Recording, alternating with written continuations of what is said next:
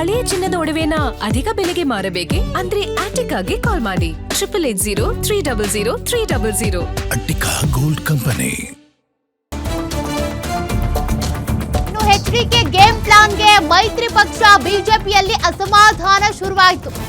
ಕುಮಾರಸ್ವಾಮಿ ವಿರುದ್ಧ ರಾಜ್ಯ ಬಿಜೆಪಿ ನಾಯಕರು ಬೇಸರ ಹೊರಹಾಕಿದ್ದಾರೆ. ಕುಮಾರಸ್ವಾಮಿಯಿಂದ ಈ ರೀತಿಯ ಗೇಮ್ ಪ್ಲಾನ್ ನಿರೀಕ್ಷೆ ಮಾಡಿರಲಿಲ್ಲ.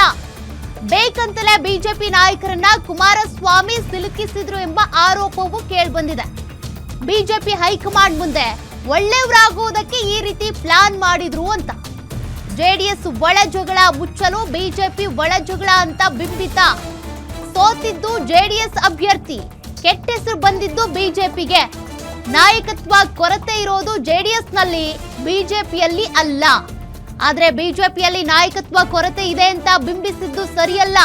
ಕುಮಾರಸ್ವಾಮಿ ನಡೆಗೆ ರಾಜ್ಯ ಬಿಜೆಪಿಯಲ್ಲಿ ಅಸಮಾಧಾನ ವ್ಯಕ್ತವಾಗ್ತಾ ಇದೆ. ಬಿಜೆಪಿ ಅಭ್ಯರ್ಥಿನೋ ಜೆಡಿಎಸ್ ಅಭ್ಯರ್ಥಿನೋ ಗೆಲ್ಸ್ಕೊಂಡ್ ಬರೋದು ಎರಡೂ ಪಕ್ಷಗಳ ಜವಾಬ್ದಾರಿ ಆಗಿತ್ತು. ಆದ್ರೀಗ ನುಣುಚಿಕೊಳ್ಳುವ ಉತ್ತರ ಕೊಡ್ತಿದ್ದಾರೆ ಬಿಜೆಪಿಗರು. ಅಲ್ಲಿಗೆ ಕುಮಾರಸ್ವಾಮಿ ಅವರು ಮಾಡಿದಂತ ಪ್ಲಾನ್ ಸಕ್ಸಸ್ ಆಯಿತು. ಮತ್ತಷ್ಟು ಡೀಟೇಲ್ಸ್ ಕೊಡ್ತಾರೆ ನಮ್ಮ political reporter Durgesh. HD. Kumaraswamy ಅವರು ಬಿಜೆಪಿ ನಾಯಕರಲ್ಲಿ ಇರುವಂತಹ ನಾಯಕತ್ವದ ಕೊರತೆಯನ್ನ ತೋರಿಸಬೇಕು ಅನ್ನುವಂತ ಕಾರಣಕ್ಕೆ ಮಾಡಿದಂತ ಬಿಗ್ ಪ್ಲಾನ್ ಸಕ್ಸಸ್ ಆಗಿದೆ. ಸದ್ಯಕ್ಕೆ ಬಿಜೆಪಿ ಜೆಡಿಎಸ್ ಮೈತ್ರಿಯಲ್ಲಿರುವಂತಹ ವಾತಾವರಣ ಏನು, ಮುಂದಿನ ನಡೆ ಏನು ಅಂತ?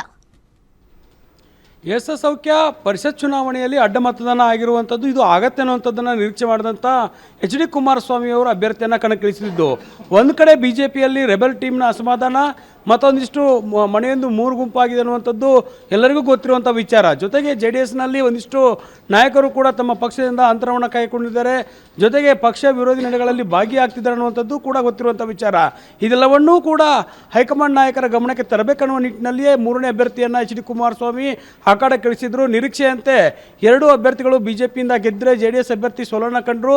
ಇದಕ್ಕೆ ಕಾರಣ ಏನು ಅನ್ನುವಂಥದ್ದು ಇಲ್ಲಿ ಬಹಳ ಮುಖ್ಯ ಆಗುವಂಥದ್ದು. ಯಾಕಂದರೆ ಅಡ್ಡ ಮತದಾನ ಆಗತ್ತೆ ಅನ್ನುವಂಥದ್ದು ಗೊತ್ತಿದ್ದು ಕೂಡ ಅಭ್ಯರ್ಥಿಯನ್ನು ಕಣಕ್ಕಿಳಿಸುವ ಮೂಲಕ ಬಿಜೆಪಿ ಹೈಕಮಾಂಡ್ ನಾಯಕರಿಗೆ ಇಲ್ಲಿ ರೆಬೆಲ್ ನಾಯಕರ ನಡೆ ಮತ್ತು ಜೆ ಡಿ ಎಸ್ನಲ್ಲಿರುವಂಥ ಒಂದಿಷ್ಟು ನಾಯಕರ ಅಸಮಾಧಾನವನ್ನು ಕಂಡುಕೊಳ್ಳುವಂಥದ್ದು. ಎರಡೂ ಪಕ್ಷದಲ್ಲಿ ಇರುವಂಥ ಮೈತ್ರಿಯ ಸಮನ್ವಯತೆ ಕೊರತೆ ಸಾಕಷ್ಟು ಬಾರಿ ಪ್ರೂವ್ ಆಗ್ತಾ ಇತ್ತು. ಸಾಕಷ್ಟು ಹೋರಾಟಗಳಲ್ಲಿ ಕೂಡ ಕಂಡು ಬರ್ತಾ ಇತ್ತು. ಒಂದಿಷ್ಟು ನಾಯಕರು ಹೋರಾಟಕ್ಕೆ ಬೆಂಬಲಗಳನ್ನ ಕೊಟ್ಟರೆ, ಒಂದಿಷ್ಟು ನಾಯಕರು ಹಿಂಬಾಗಲ ಕಾಂಪ್ರಮೈಸ್ ರಾಜಕಾರಣವನ್ನು ಮಾಡ್ತಿದ್ದಾರೆ ಅನ್ನೋಂಥ ಆರೋಪಗಳು ಕೂಡ ಕೇಳಿ ಬರ್ತಾ ಇತ್ತು. ಹೀಗಾಗಿ ಇವತ್ತು ಹೈಕಮಾಂಡ್ ನಾಯಕರಿಗೆ ಇದೆಲ್ಲವನ್ನೂ ಕೂಡ ಸ್ಪಷ್ಟಪಡಿಸಬೇಕು. ಮುಂಬರುವಂಥ 2028 ಚುನಾವಣೆಗೆ ರಾಜ್ಯದಲ್ಲಿ ಮೈತ್ರಿ ಅನಿವಾರ್ಯ ಅನ್ನುವಂಥ ಸಂದೇಶವನ್ನು ಕೊಡಬೇಕನ್ನೋ ನಿಟ್ಟಿನಲ್ಲಿ ಎಚ್.ಡಿ. ಕುಮಾರಸ್ವಾಮಿ ಅವರು ಮಾಡಿದಂಥ ಪ್ಲ್ಯಾನ್ ವರ್ಕೌಟ್ ಆಗಿದೆ. ಜೊತೆಗೆ ಹೈಕಮಾಂಡ್ ನಾಯಕರು ಕೂಡ ಬಿಜೆಪಿಯ ರಾಜ್ಯಾಧ್ಯಕ್ಷರು ಮತ್ತು ವಿರೋಧ ಪಕ್ಷದ ನಾಯಕರಾಗಿರ್ಬೋದು, ಬಿಜೆಪಿಯ ನಾಯಕರನ್ನು ಕರೆಸಿ ಮಾತುಕತೆ ಮಾಡುವಂಥ ಕೆಲಸವನ್ನು ಕೂಡ ಮಾಡಿದ್ದಾರೆ. ಜೊತೆಗೆ ಎಚ್.ಡಿ. ಕುಮಾರಸ್ವಾಮಿ ಅವರು ಕೂಡ ಹೈಕಮಾಂಡ್ ನಾಯಕರ ಜೊತೆಗೆ ಭೇಟಿಯಾಗಿ ಚರ್ಚೆ ನಡೆಸಿದ್ದಾರೆ. ರಾಜ್ಯದಲ್ಲಿ ಬಿಜೆಪಿ ಜೆ ಡಿ ಎಸ್ ಮೈತ್ರಿಯನ್ನು ಮಾಡಿಕೊಂಡಿದೆ. ಆದರೆ ಇಲ್ಲಿರುವಂಥ ಭಿನ್ನಾಭಿಪ್ರಾಯಗಳು, ಅಸಮಾಧಾನಗಳು ಹೀಗೆಲ್ಲ ಇವೆ ಅನ್ನುವಂಥದ್ದಕ್ಕೆ ಈ ಒಂದು ಪರಿಷತ್ ಚುನಾವಣೆ ಸಾಕ್ಷಿಯಾಗಿದೆ. ಹೀಗಾಗಿ ಮುಂಬರುವಂಥ ದಿನಗಳಲ್ಲಿ ಇದೆಲ್ಲವನ್ನೂ ಕೂಡ ಸರಿ ಮಾಡಿ ಅನ್ನೋ ನಿಟ್ಟಿನಲ್ಲಿ ಎಚ್.ಡಿ. ಕುಮಾರಸ್ವಾಮಿ ಅವರು ಈ ಒಂದು ತಂತ್ರವನ್ನು ಮಾಡಿದ್ದಾರೆ. ಇದು ತಂತ್ರ ಸಕ್ಸಸ್ ಆಗಿದೆ. ಮುಂಬರುವಂಥ ದಿನಗಳಲ್ಲಿ ಎಚ್.ಡಿ. ಕುಮಾರಸ್ವಾಮಿ ಅವರು ಮೈತ್ರಿಯನ್ನು ಮುಂದುವರಿಸ್ಕೊಂಡು ಹೋದರೆ ಒಂದಿಷ್ಟು ಬಿ ಜೆ ಪಿ ನಾಯಕರು ಇಷ್ಟೆಲ್ಲ ಆಗಿದ್ದ ಬಳಿಕವೂ ಕೂಡ ಮೈತ್ರಿ ಬೇಕಾ ಅನ್ನುವಂಥ ಪ್ರಶ್ನೆಯನ್ನು ಮಾಡ್ತಿರುವಂಥದ್ದು. ಯಾಕಂದರೆ ಇರುವಂಥ 18 ಶಾಸಕರಲ್ಲಿ 4ರಿಂದ 5 ಶಾಸಕರು ಏನು ಅಡ್ಡ ಮತದಾನ ಮಾಡಿದ್ದಾರೆ. ಜೊತೆಗೆ ಬಿ ಜೆ ಪಿಯಲ್ಲಿರುವಂಥ ಅಸಮಾಧಾನಿತರು ಕೂಡ ಅಡ್ಡ ಮತದಾನ ಮಾಡಿದ್ದಾರೆ. ಹೀಗಾಗಿ ಬಿ ಜೆ ಪಿಯ ನಾಯಕರನ್ನ ತಮ್ಮ ಬಳಿ ಇಟ್ಕೊಳ್ಬೇಕನ್ನೋ ನಿಟ್ಟಿನಲ್ಲಿ ಒಂದು ಕಡೆ ಆದರೆ, ಇಲ್ಲಿ ಜೆ ಡಿ ಎಸ್ನಲ್ಲಿರುವಂಥ ಕೆಲವೊಂದಿಷ್ಟು ಶಾಸಕರು ಕೂಡ ಅಡ್ಡ ಮತದಾನ ಮಾಡಿದ್ದಾರೆ ಅನ್ನುವಂಥದ್ದು ಇಲ್ಲಿ ಪ್ರೂವ್ ಆಗಿದೆ. ಹೀಗಾಗಿ B J P J D S ಮೈತ್ರಿ ಬೇಕಾ ಅನ್ನುವಂಥ ಚರ್ಚೆ ಒಂದು ಕಡೆ ಆಗ್ತಿರುವಂಥದ್ದು. 2028ಕ್ಕೂ ಕೂಡ ಏಕಾಂಗಿಯಾಗಿ ಸ್ಪರ್ಧೆಯನ್ನು ಮಾಡೋಣ ಅನ್ನುವಂಥ ಮಾತುಗಳು ಕೂಡ ಈಗಾಗಲೇ ರಾಜ್ಯ ಬಿ ಜೆ ಪಿಯಲ್ಲಿ ಚರ್ಚೆಯಲ್ಲಿದೆ.